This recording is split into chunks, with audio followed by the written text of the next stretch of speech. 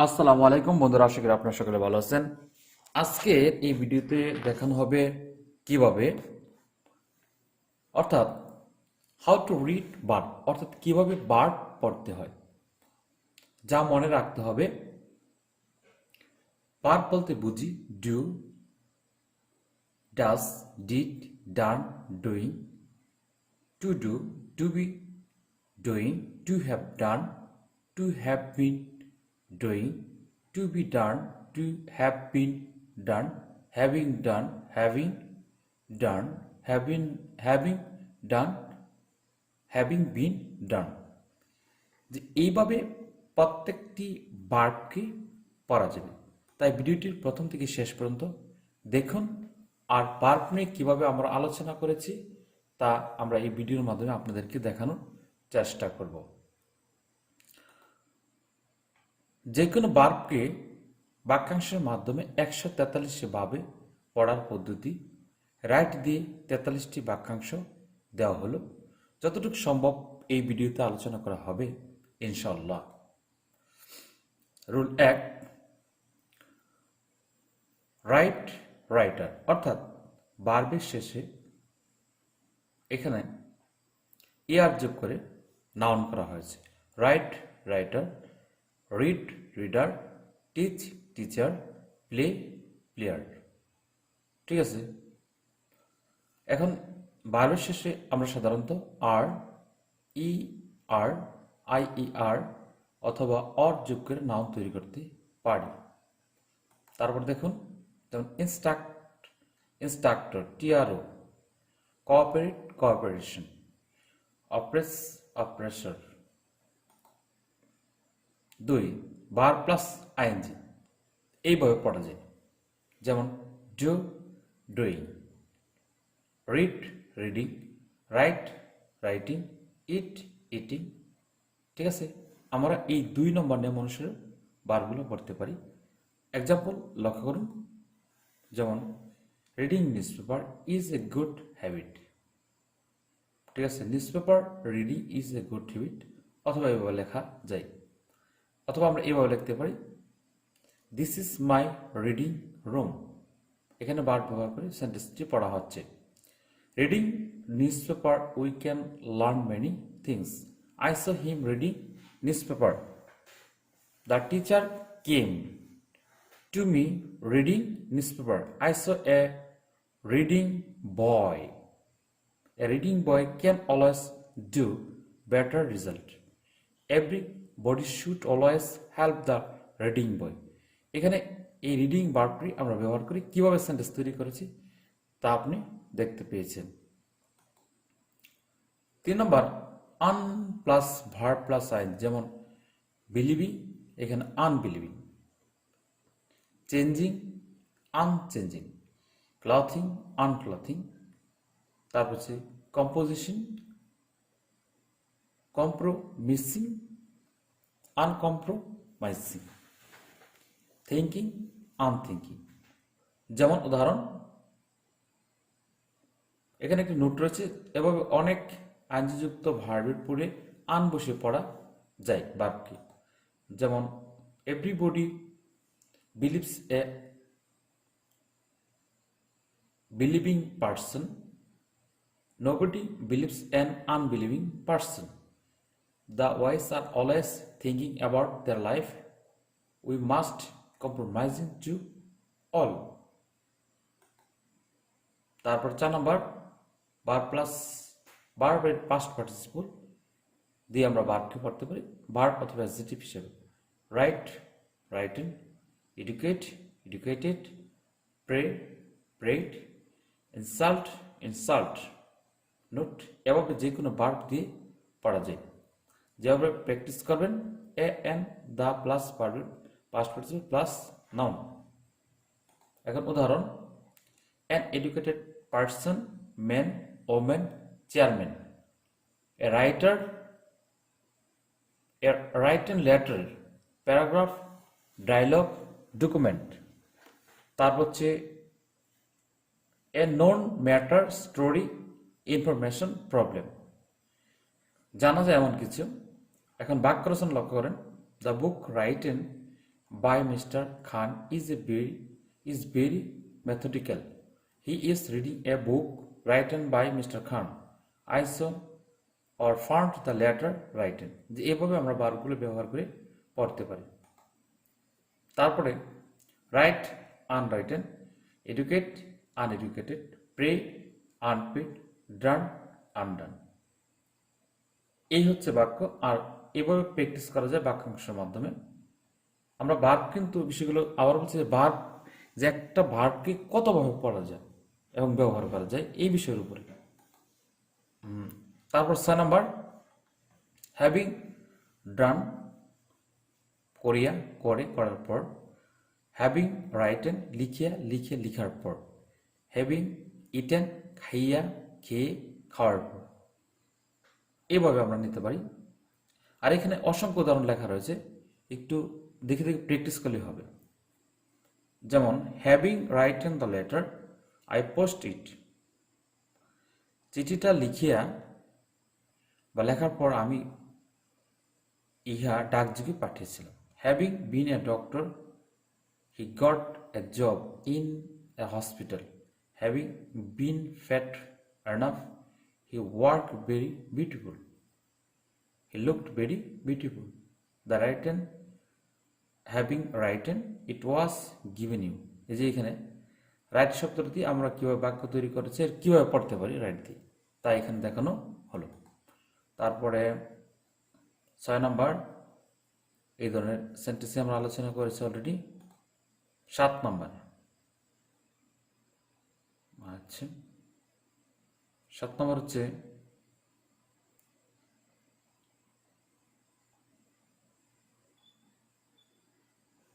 Having been ডান, করা সম্পন্ন হওয়ার পর। হ্যাভিং বিন রাইটেন, লেখার পর লেখা সম্পন্ন হওয়ার পর। হ্যাভিং বিন ইটেন, খাওয়ার পর খাওয়া সম্পন্ন হওয়ার পর। এখন এখানে এই যে বাক্যাংশ দেওয়া রয়েছে, কিন্তু আমরা কিভাবে সেন্টেন্সের ভিতরে এই ভার্বকে পড়তে পারি। Having been written the letter it was post to him.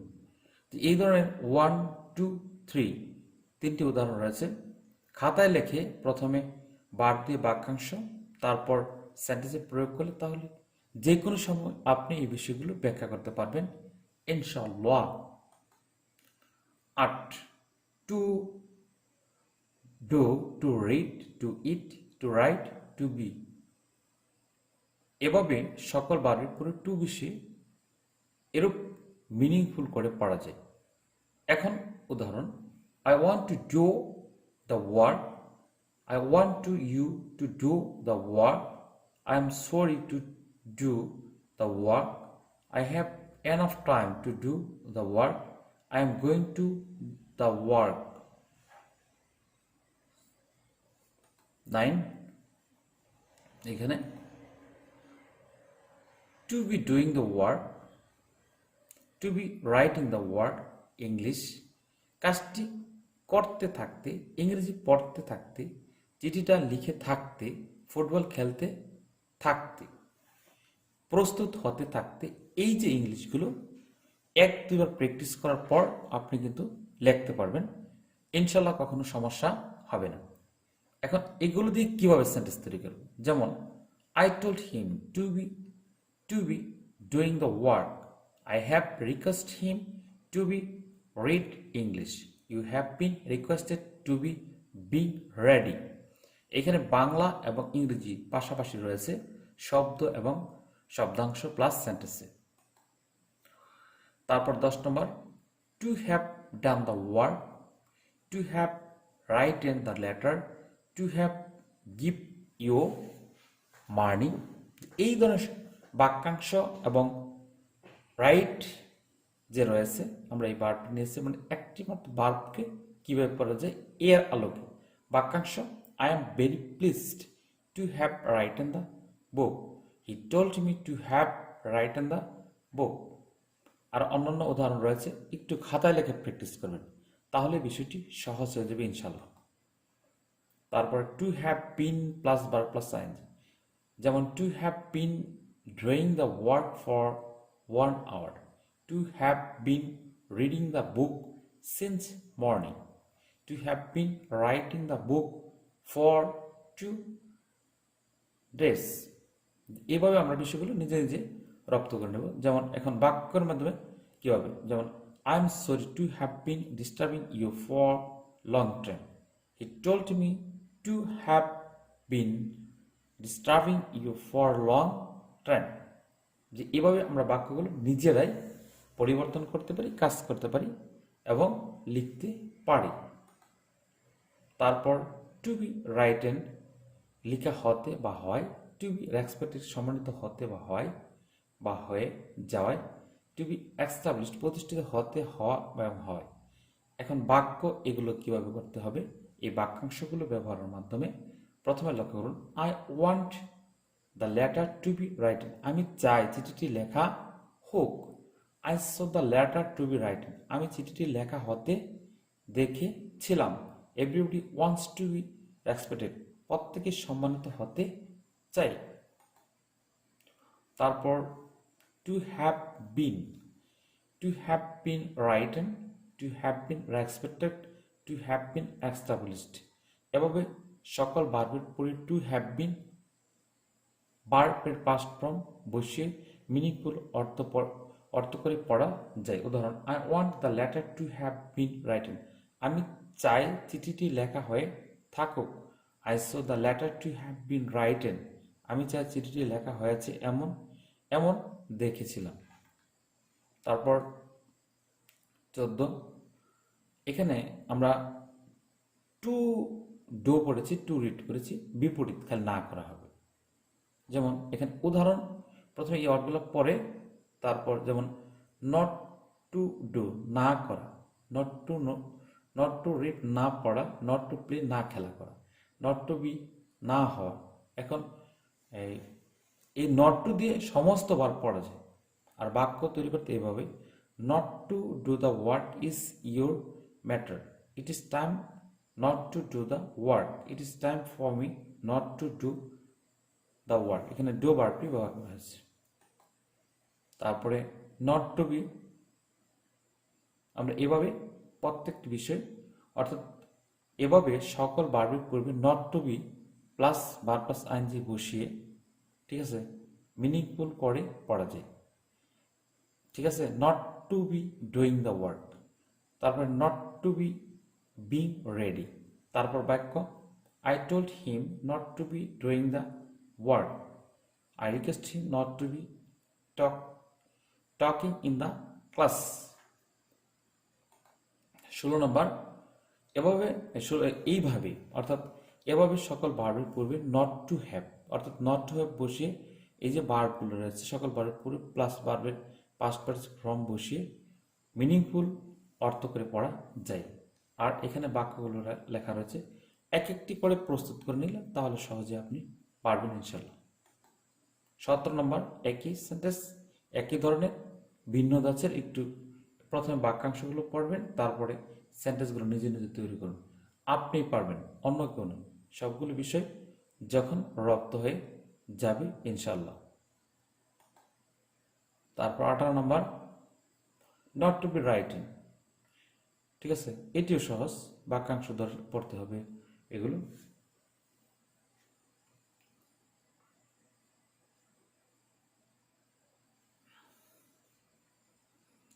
যখন বাক্যাংশ আসবে তারপর উপরে বাক্যাংশগুলো দেখে নিচের সেন্টেন্সগুলো লিখতে হবে।